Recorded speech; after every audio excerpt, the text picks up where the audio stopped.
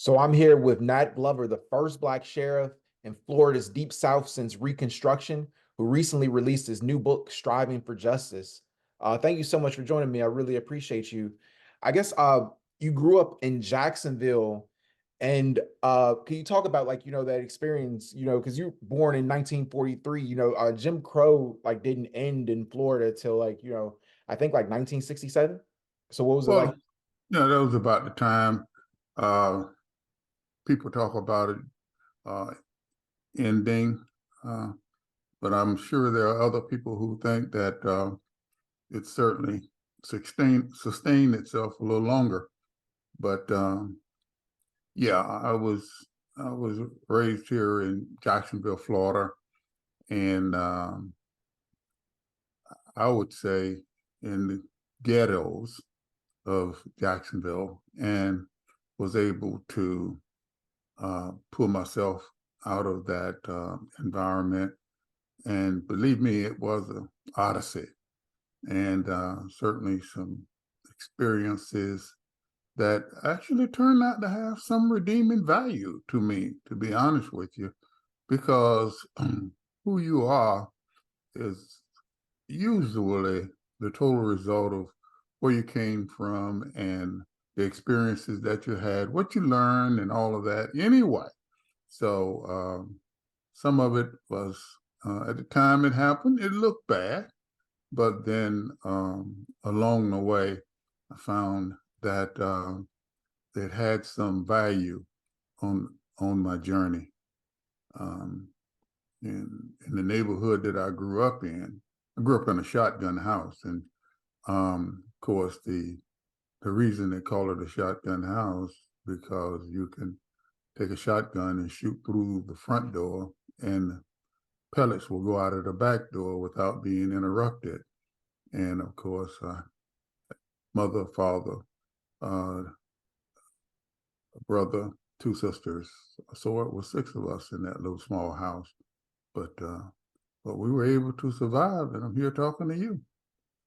Most definitely. And I know you experienced some racism, growing up in that time period. Can you talk about I guess it was an event called Axe Handle Saturday, where you were walking home from a shift at a local restaurant?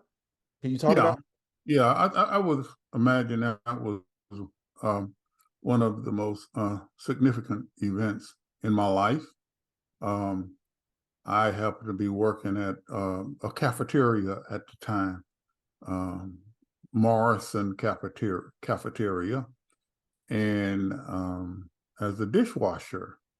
And of course, during that time, around the country and in Jacksonville, the frequency of sit-in demonstrations were quite evident. And of course, in Jacksonville, the youth division of the NAACP were conducting sit-ins in the downtown area of Jacksonville.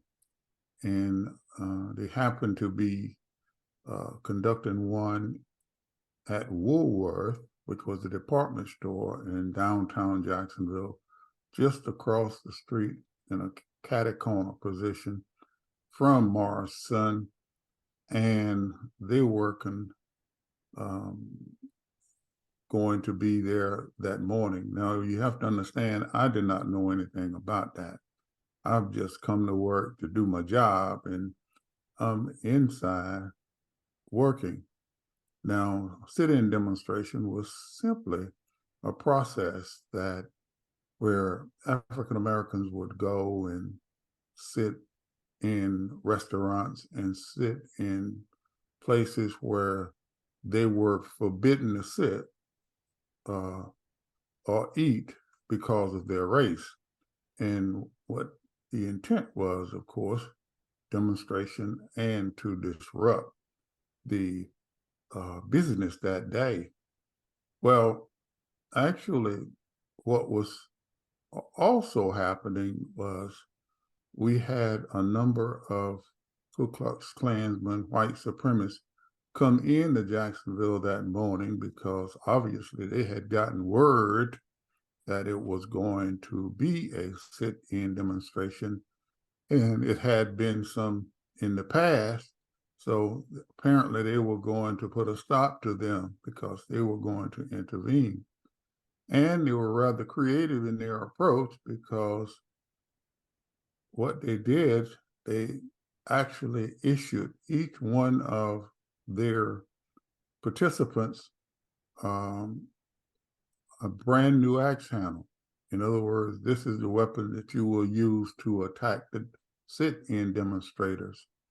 And of course, um, that's the reason that day has been called Axe Handle Saturday. But and when the demonstrators came in and sit at lunch counters, it pretty much shut the lunch counters down and that kind of thing. Well, these white supremacists and Klansmen attack them with those axe handles. And it was my understanding, I did not see it, this was pretty much the description. Um, they ran them out of town with those axe handles. A number of assaults took place, but they really did make a pretty profound and emphatic point. Now, I'm inside Morrison working. I'm a 17-year-old high school student who worked at Morrison on the weekend, which was a big deal in my neighborhood to have a job like that on the weekend. And while this was going on, the bosses, my boss particularly, came down to the dish room where I was working and a lot of others working, and told us to stop what we were doing and get out of town. Leave now. And of course, all of us were black, and you were pretty much saying, you could be in danger. And so everybody stopped what they were doing and left, but me. I had this, I guess, profound work ethic that I've been taught all my life. You didn't leave a job half done. And my last job on Saturday was to mop the floor after everybody was gone. So when everybody cleared out, I didn't. I stayed behind and mopped the floor. Now, which meant that I was pretty much delayed, maybe an hour, hour and a half after everybody else had gone. And when I left, I walked into that mall that was still occupying downtown. And of course, when I walked out, they quickly surrounded me. And as I indicated earlier, they all had axe handles. And actually, I saw a few of them with baseball bats. But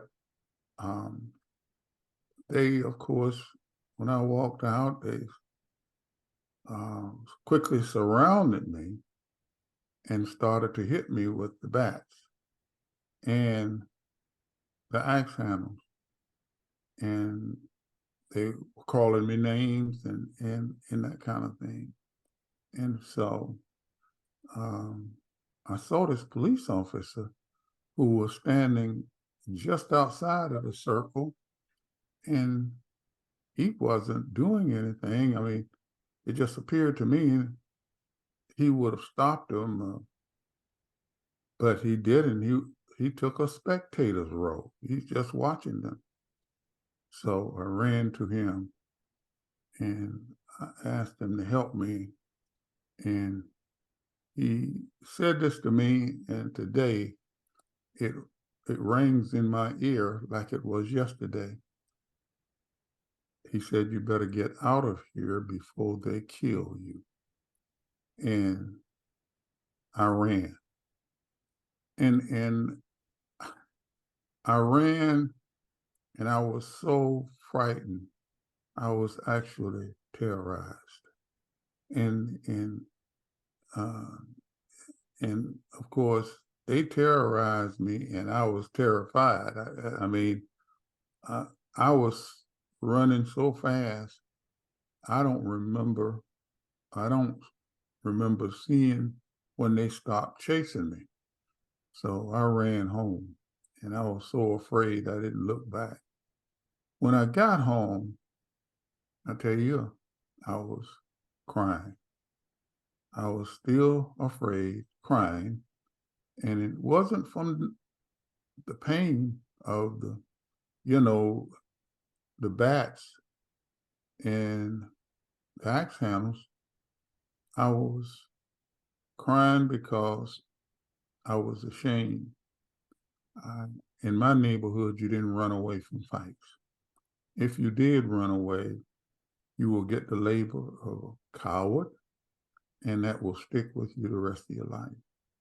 So I didn't, I didn't stop crying until almost the end of the day.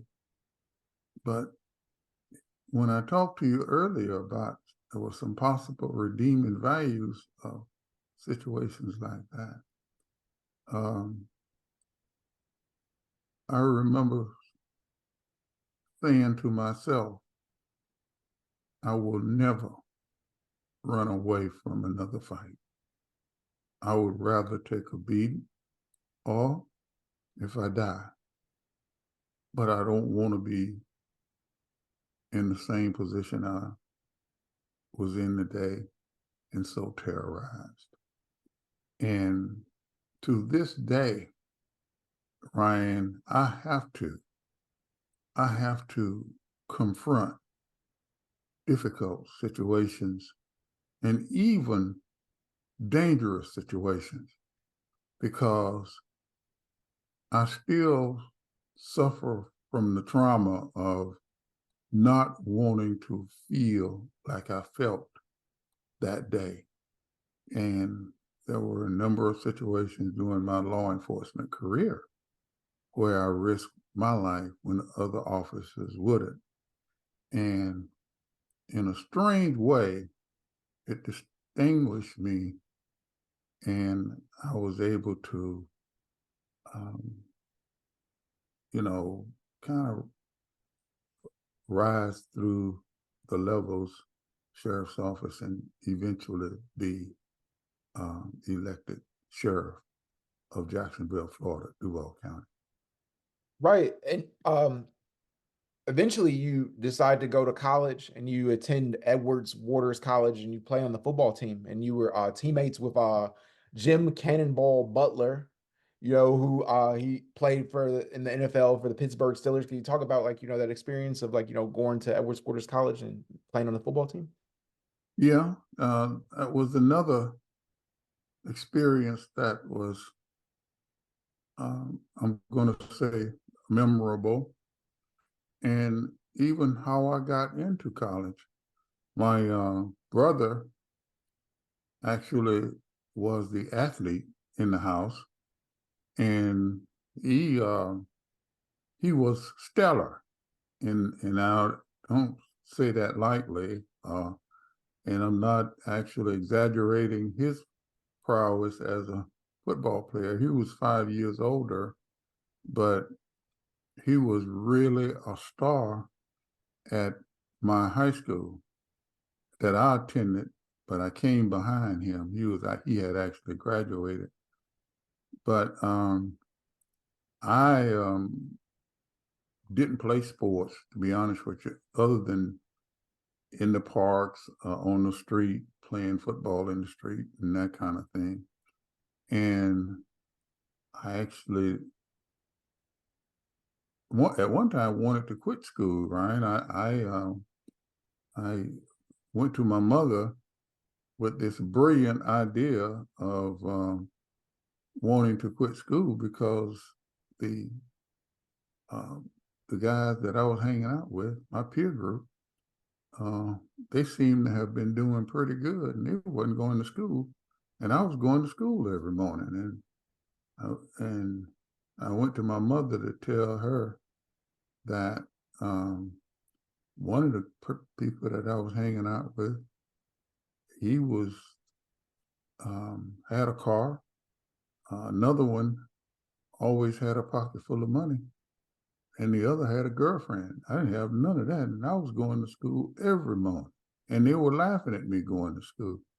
So I went to my mother, and I said to her, "Mom, here's what I would like to do," and I started to tell her about the other guys, and they not going to school. And she stopped me. She said, let me help you with that, son. She said, if you're going to stay in this house, you're going to school. And that was an emphatic statement, and also right at the threshold of a threat, to be honest with you. But to this day, I believe that statement saved my life, because I tell you, many of the young men were engaged in the kind of conduct that those three guys were engaged in. They either ended up in prison or the cemetery, but I had to go to school. So I wasn't about to play any athletics, because anything that required, if you were going to play football or basketball, you have to stay after school and practicing. And I was going to school and going 5 minutes before it started, and I was out of there 5 minutes after it was over. And really, I was enjoying I guess, the achievements of my brother, because I was a little famous because I was Eugene Glover's brother. And that's the way they would introduce me. Oh, this Nathaniel Glover, this Eugene Glover brother. And I got pretty favorable reviews being Eugene Glover's brother. But then something happened. And again, I think it was divine. And when I got to the 11th grade, they still said, "Oh yeah, that's Nathaniel Glover's brother. That's Nathaniel Glover, and that's Eugene Glover's brother." But they added a statement onto it. And the statement was, "But he's sorry." And in our neighborhood, when they say you're sorry, that meant that you couldn't play sports, and you were inept at most things you did, and that kind of thing. So they started to call me sorry. So I couldn't live with that either. So I went to the coach at the end of my 11th grade year and begged him to allow me to play football, so they would stop calling me sorry. And I really told him that I was Eugene Glover's brother, and that was my brother's coach too. And so he actually eventually relented and told me, "All right, well, we out for spring training for the next year. You won't be here but 1 year playing football, but I'll let you play." And he sent me in and told me to tell the trainer, the uniform person, to see if they could find me some uniform to put on. And the uniform that they found me wasn't very appealing. As a matter of fact, I had a pair of shoes that was 2 sizes too big, and well, uniform wasn't the best. But I went to spring training when I was in the last part of my 11th grade year and played 1 year of varsity football at my high school, and I was nominated and selected as outstanding, most outstanding offensive lineman. And after that, um, the coach of Edward Waters College here in Jacksonville, Florida, came over and offered me a full scholarship to go to college. And that was the way I got an opportunity to get a college education. Wow, that's an incredible story. And Edwards Waters College, is a HBCU, African Methodist Episcopal school. Could you talk about like, just the experience of like, being on campus, like, at a historical HBCU? Yeah, it was quite an experience. And one of the things that I didn't want to lose the connection with the neighborhood is the reason I didn't want to go to college. But I did get an opportunity to go, and I did um, actually went to college early before the students got to college because that's the ritual of the football team. In other words, you have to go early and practice because by the time the kids get to school, then you pretty close to your first game. But I went to college and just early, just practicing football, and I got to a point where um, whatever for whatever reason, I didn't. It didn't connect for some reason, and I left. I actually left school and went back to a job that I was working during the summer at a moving company, and and I worked at the moving company for a while, and all of that year that I should have been in school, and again, um, I, at this moving company, I wanted to um, instead of being just one of the employees that moved furniture, I wanted to be a truck driver. And I went to the um, owner of the moving company. It was Sutter Moving and Storage. And I went to Mr. Sutter and asked him about becoming a truck driver, which was kind of a promotion. Right. And and he said to me, "You need to go back to school." And I don't know why he wouldn't allow me to move up.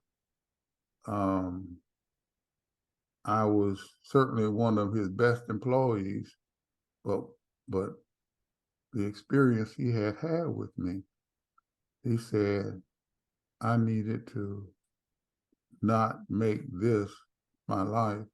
I needed to go back to school, and and I did.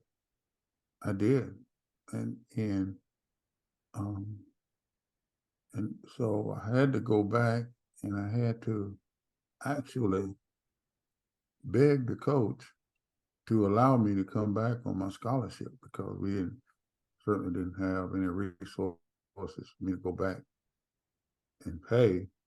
And we'd gotten a new coach that year, not the coach that had recruited me.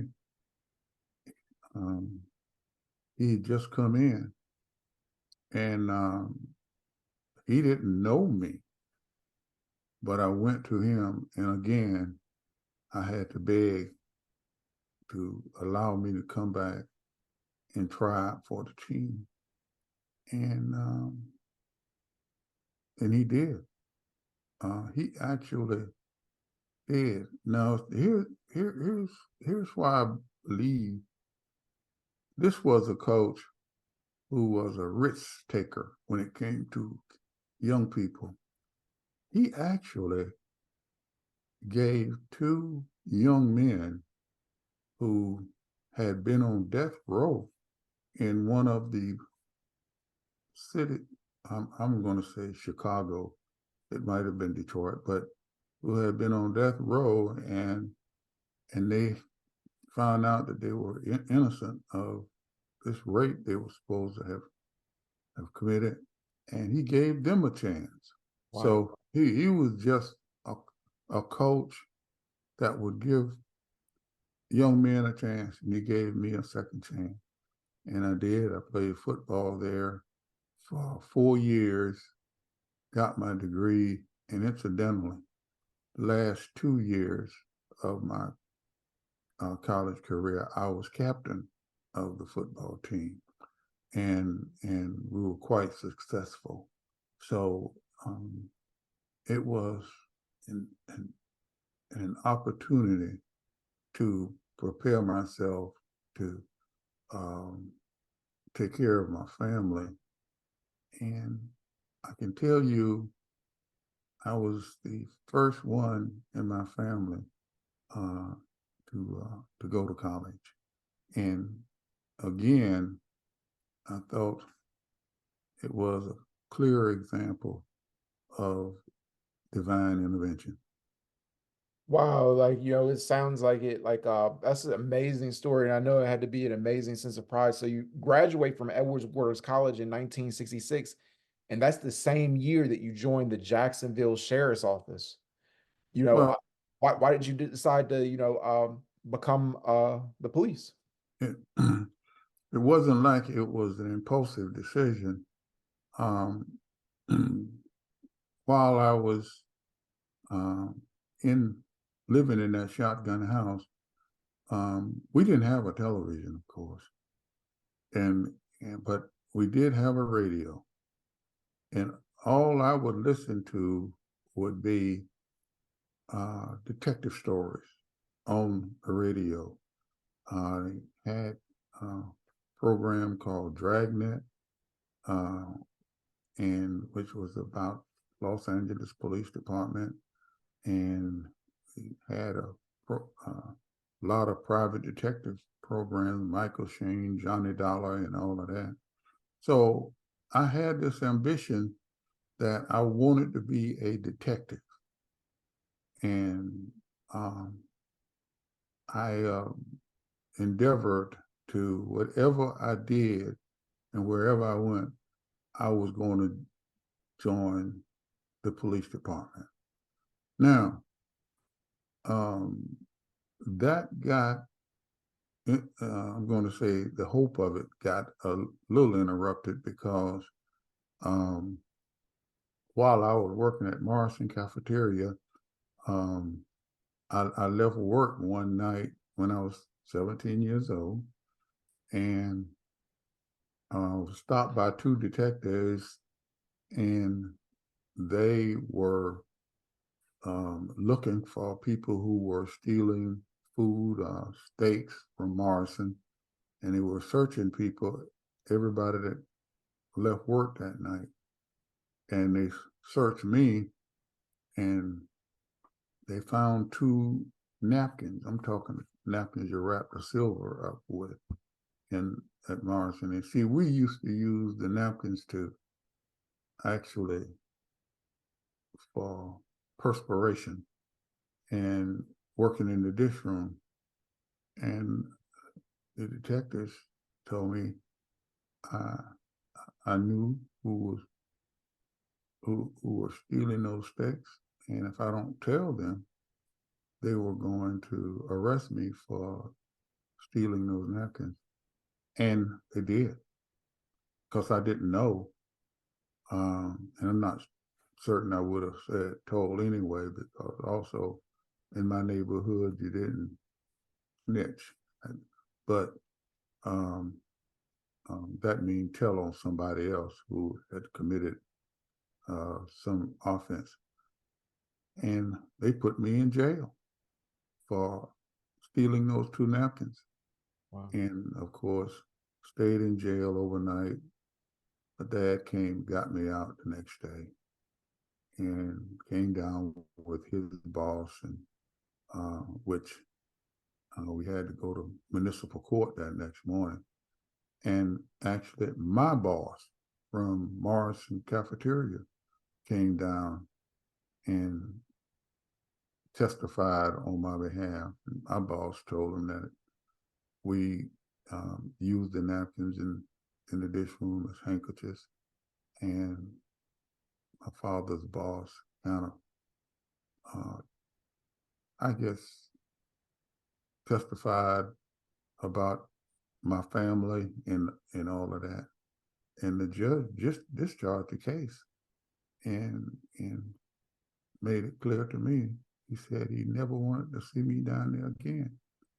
And so that was a significant event, and it worked out fine. But it was also what some would call a deal breaker as it relates to becoming a police officer. And all I ever wanted to do was be a detective. And so it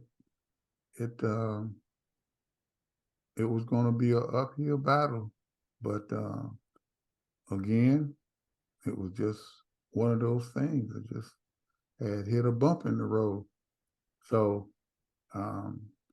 when I eventually graduated from college, and people were telling me it was no use to, applying, because at that time they didn't want to exactly hire African Americans as police officers anyway. And they say, you got a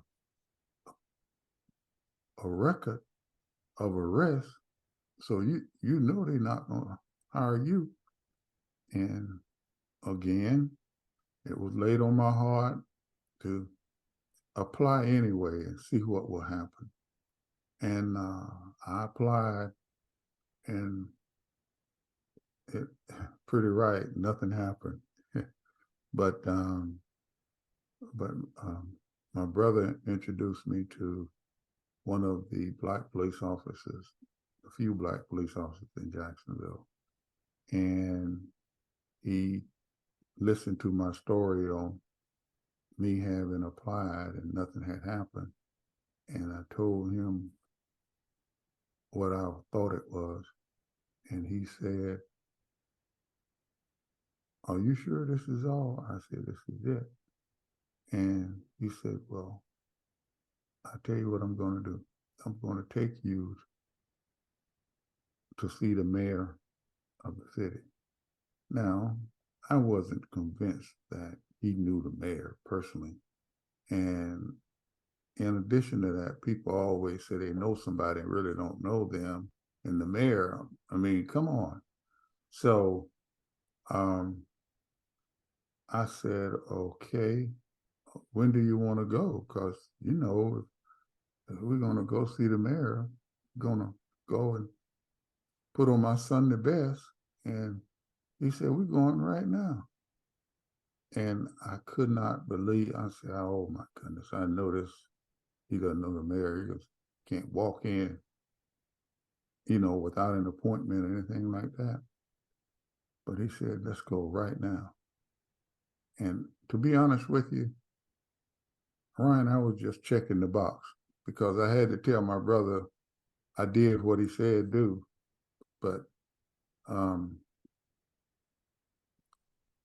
we went to City Hall right then and went up the elevator, went to the mayor's office, and I'm just walking behind him saying, I can just get this over with.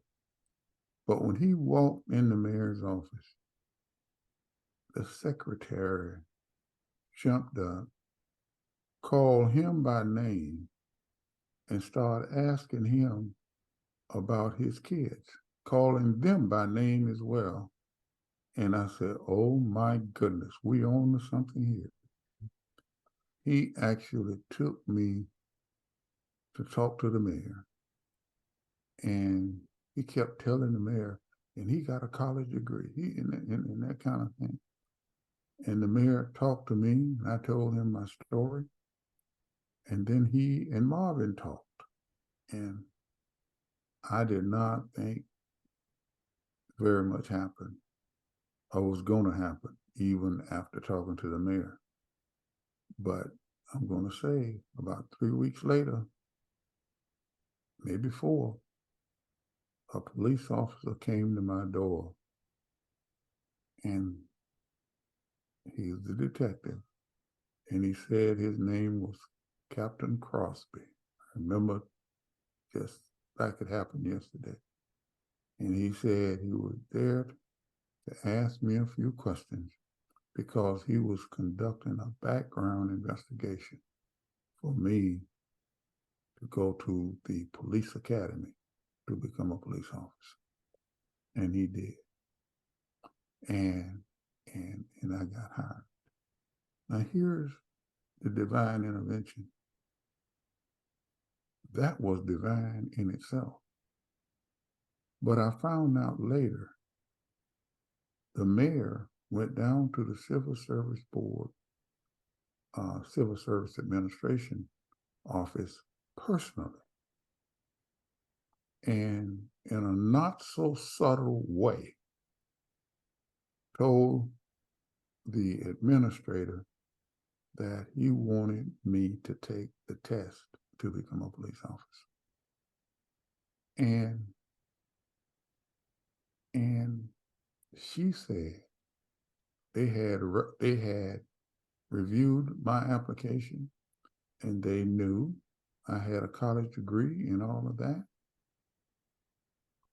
And they do not hire people who have been in jail.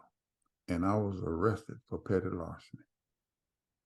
And the mayor told her, because she told him that she did not work for the mayor's office, she worked for a 5-member civil service board.